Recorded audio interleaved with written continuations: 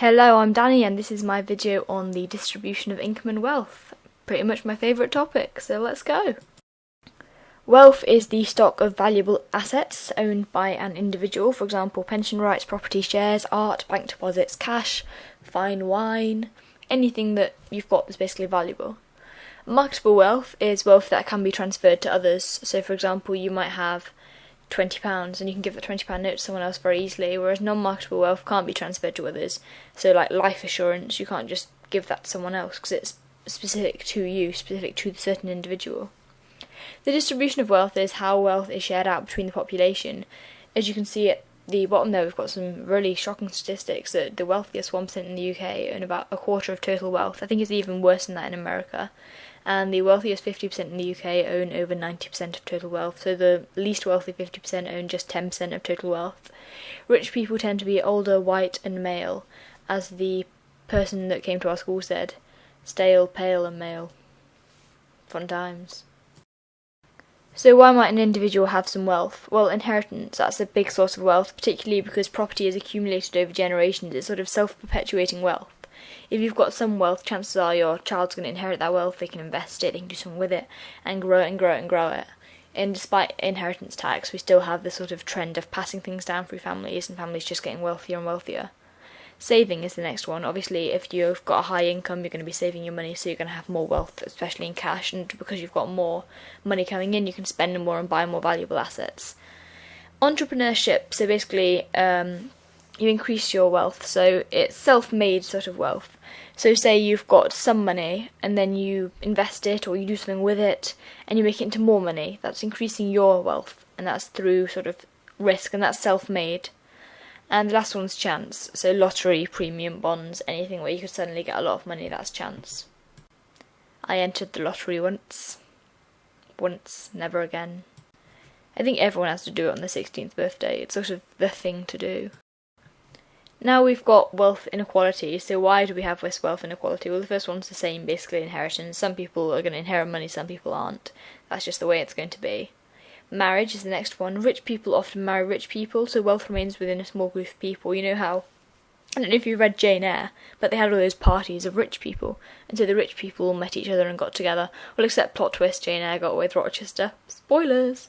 But yeah, they tended to stay, wealth tends to stay very much in certain circles, although I think this is relaxed slightly more now, but I think it is still very much the case.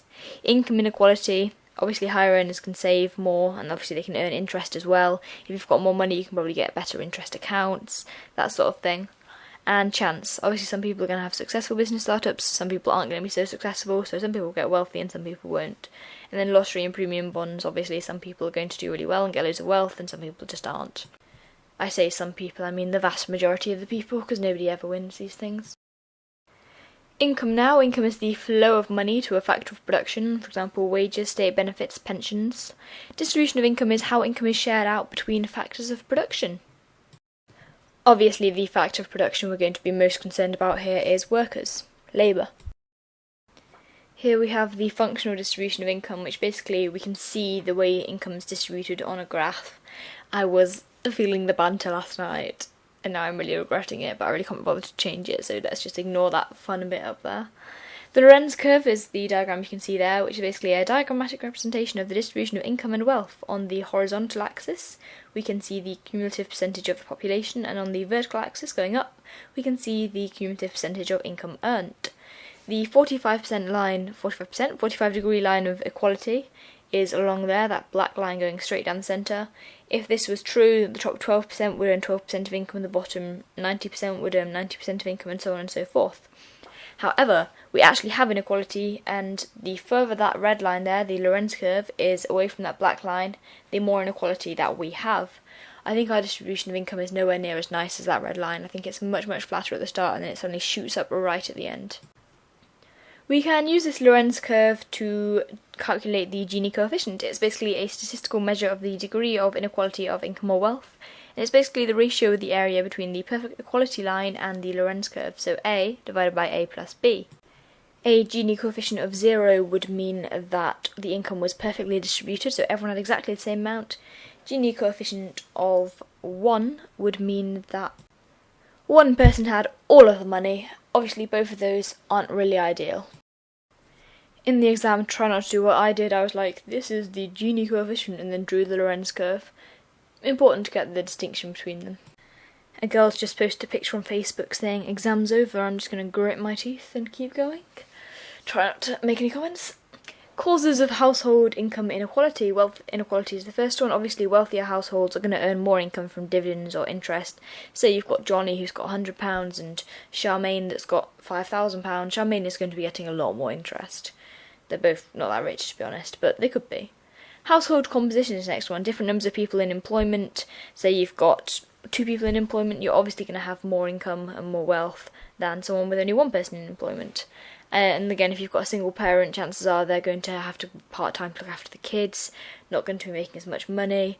That's just another example there. Level of skills or qualifications. More skilled people are likely to earn more. That's just basic fact, really. Due to the MRP and stuff like that. And the last one is differences in earnings. So if some workers are earning more than others, there's going to be income inequality. We've already done all of that, so I'm not going to go through all the reasons again. I'm sure you can remember them, or just make them up, to be honest. This is great about the last few chapters of the book, you can just make it up.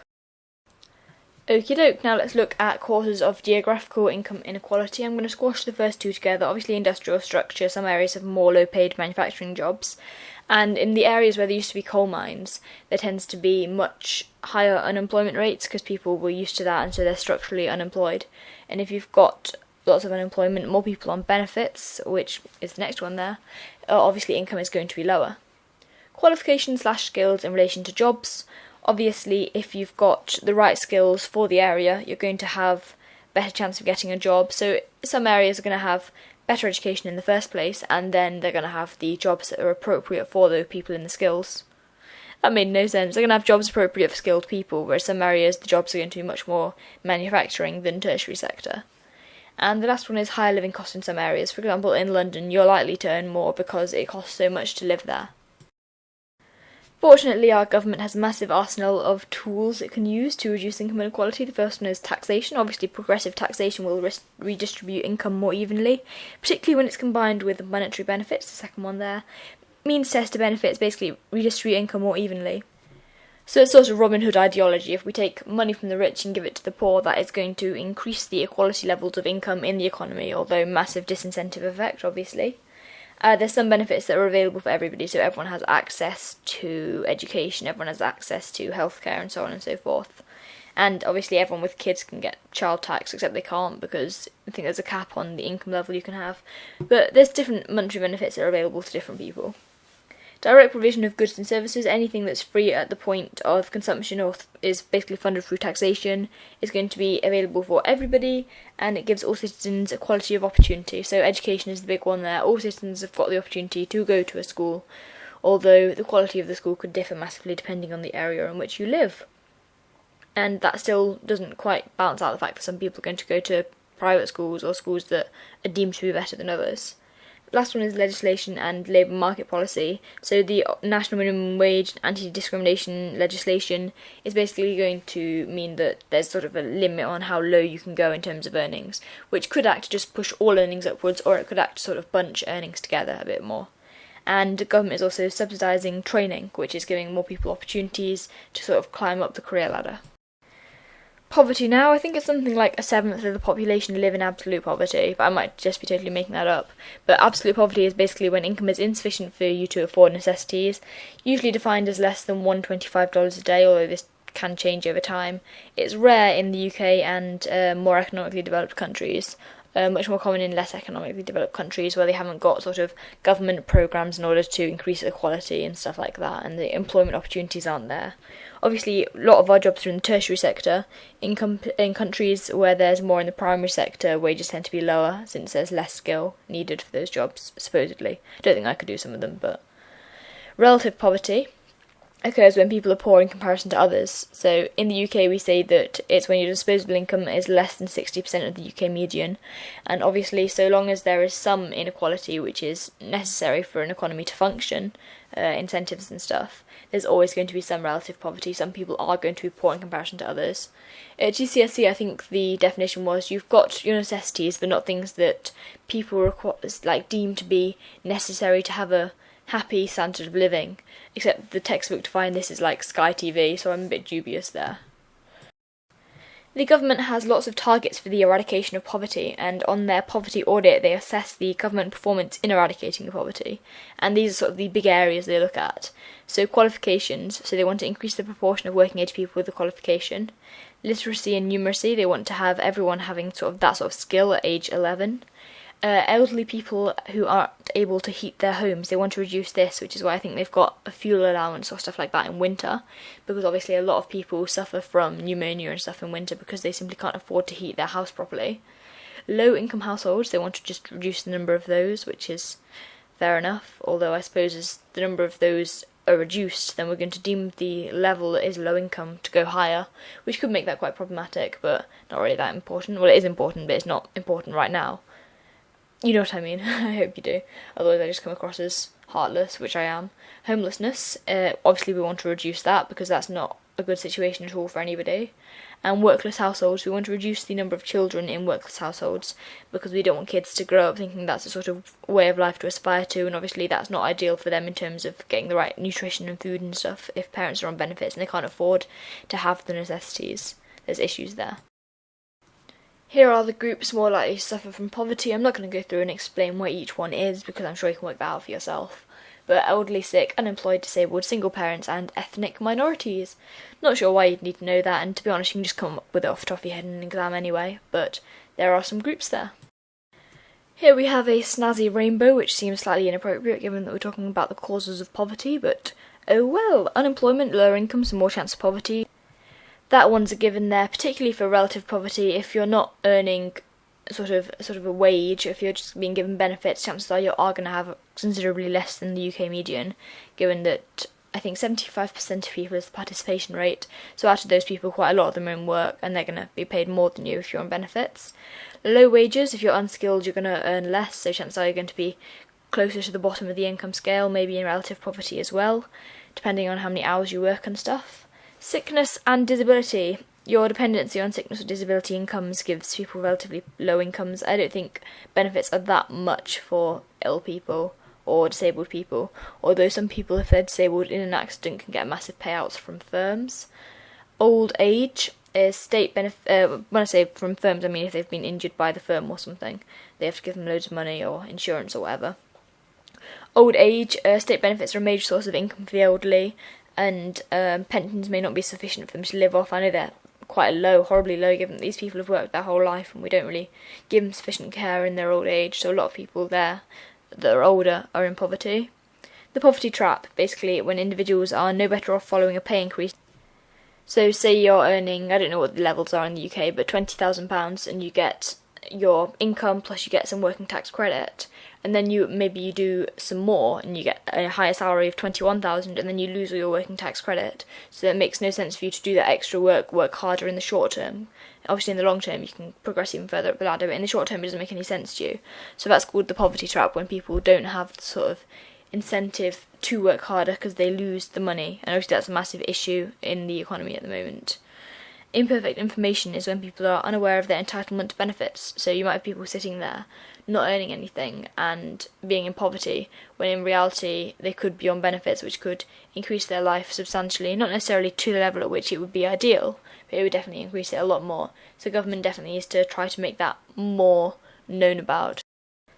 Fortunately for UK citizens, the government has lots of policies to tackle poverty.